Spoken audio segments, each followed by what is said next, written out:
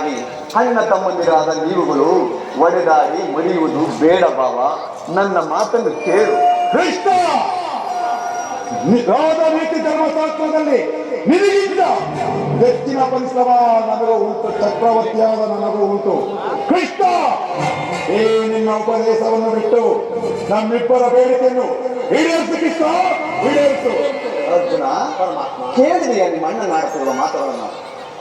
ನೀವು ಸಹ ಯಾದವರ ಸಹಾಯವನ್ನು ಬೇಡಲು ಬಂದಂತೆ ತೋರುತ್ತಿರುವುದು. ಹೌದು ಪರಮಾತ್ಮ. ಈ ವಯಸ್ಸಂತಕದಲ್ಲಿ ನಾನೇನು ಮಾಡಲು ಪರಮಾತ್ಮ, ನೀವು ನಿದ್ರೆಯಿಂದ ಎಚ್ಚರಗೊಂಡಾಗ ನಿಮ್ಮ ಕೃಪಾದೃಷ್ಟಿಯು ಮೊದಲು ನನ್ನ ಮೇಲೆ ಬಿದ್ದಿತ್ತು. ಆದ್ದರಿಂದ ನೀವು ನನಗೆ ಸಹಾಯ ಮಾಡಲೇಬೇಕು.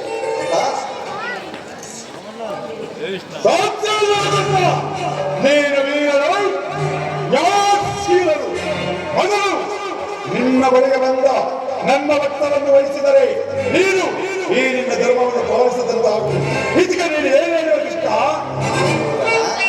ನೀನು ಮೊದಲೇ ಬಂದೆ ಎಂಬ ವಿಚಾರದಲ್ಲಿ ನನಗೆ ಸ್ವಲ್ಪ ಸಂದೇಹವಿದೆ. ಆದರೆ ನಾನು ನಿದ್ರೆಯಿಂದ ಎಚ್ಚರಗೊಂಡಾಗ ಮೊದಲು ಪಾರ್ಥನನ್ನು ಕಂಡೆ.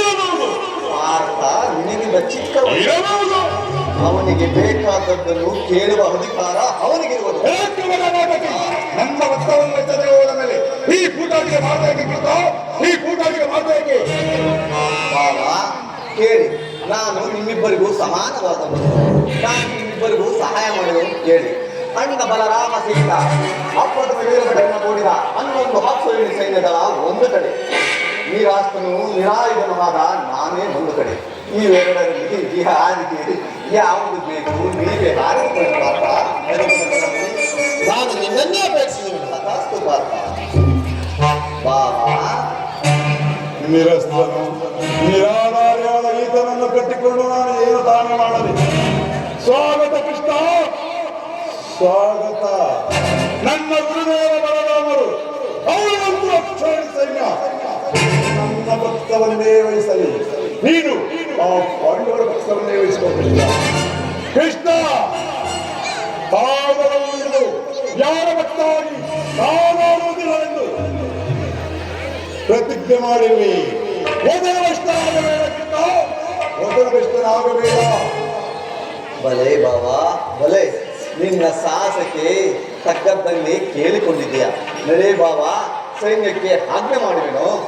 ಕೃಷ್ಣ, ಅರ್ಜುನ, ನಾನಿನ್ನು ಬರುತ್ತೇನೆ.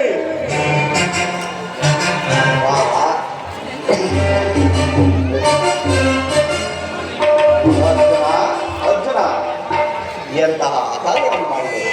ಏಕೆ